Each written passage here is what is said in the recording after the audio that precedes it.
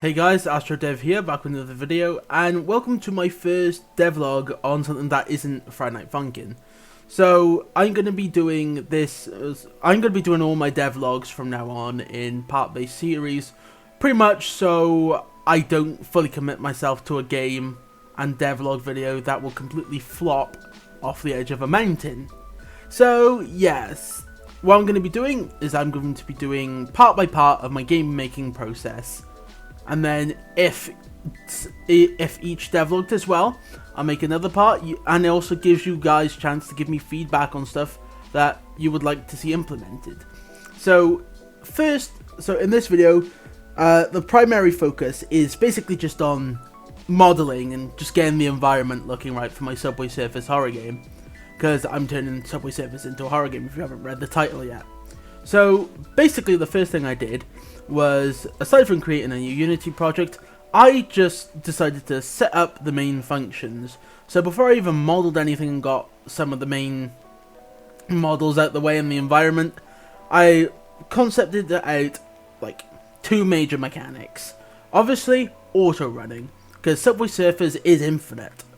I might put a story mode into my version, but that's if you guys really want it. So essentially what I did is I wrote a script in Unity that essentially once you hit a trigger, it will spawn the next track piece at a certain distance ahead of you. And although when there's no fog, it looks really janky, when there is fog, it looks seamless because of the fact that you can't see that far with the fog, and that's the plus side of fog.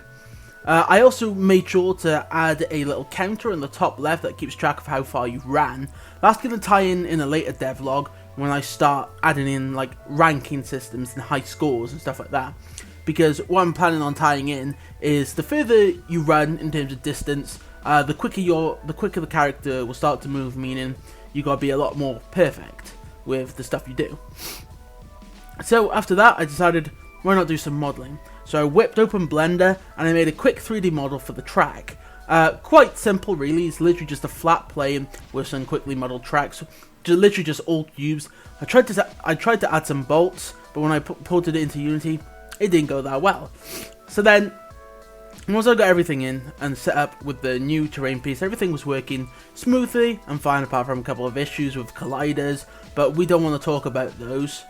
Yeah, so then I was like, even when I put the fog on, it looks like I'm just running on a train track in the middle of the void. I should change this up a bit. So what I did is I got some fence assets from the Unity asset store, which I've had downloaded for like 3 years now, and I decided to put them along the side of the railway track, because obviously railways you shouldn't just be able to run onto. So I mean, over here in the UK you can get on the railway pretty easy, but in universe railways should be pretty safe, even though we're running on them. Don't question it. So I put a bunch of fences around the track, and then I was like, that's still not enough. So I decided to add 2 more planes, put some dirt, like gravelly texture on there. And I was like, there's still not enough because there's nothing like representing the world border, if you know what I mean. So I decided to just get some tree pictures. I'm pretty sure they're AI generated, to be fair. Don't really care considering they're that squished together that they don't look AI generated. And then what I did with that is I put a sprite renderer on some cubes on the sides, and I just put the trees as sprites. So now when you're running, it actually seems a lot more full as like a area. So yeah, with that said, this was Devlog 1. Devlog 2 is going to be focusing on modeling obstacles.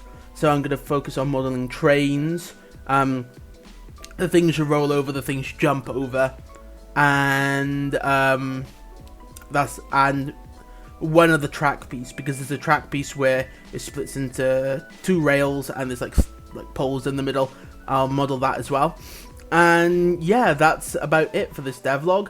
Let me know anything else that you suggest for the game down below, and if there's a suggestion that's a top comment, I will put it in. So yeah, with that said, I hope you did enjoy this devlog. If you're new here, please subscribe and put notifications on if you want to see the next devlog, obviously, as I personally want to try and hit at least 1,000 or even 2,000 subscribers by the end of 2025.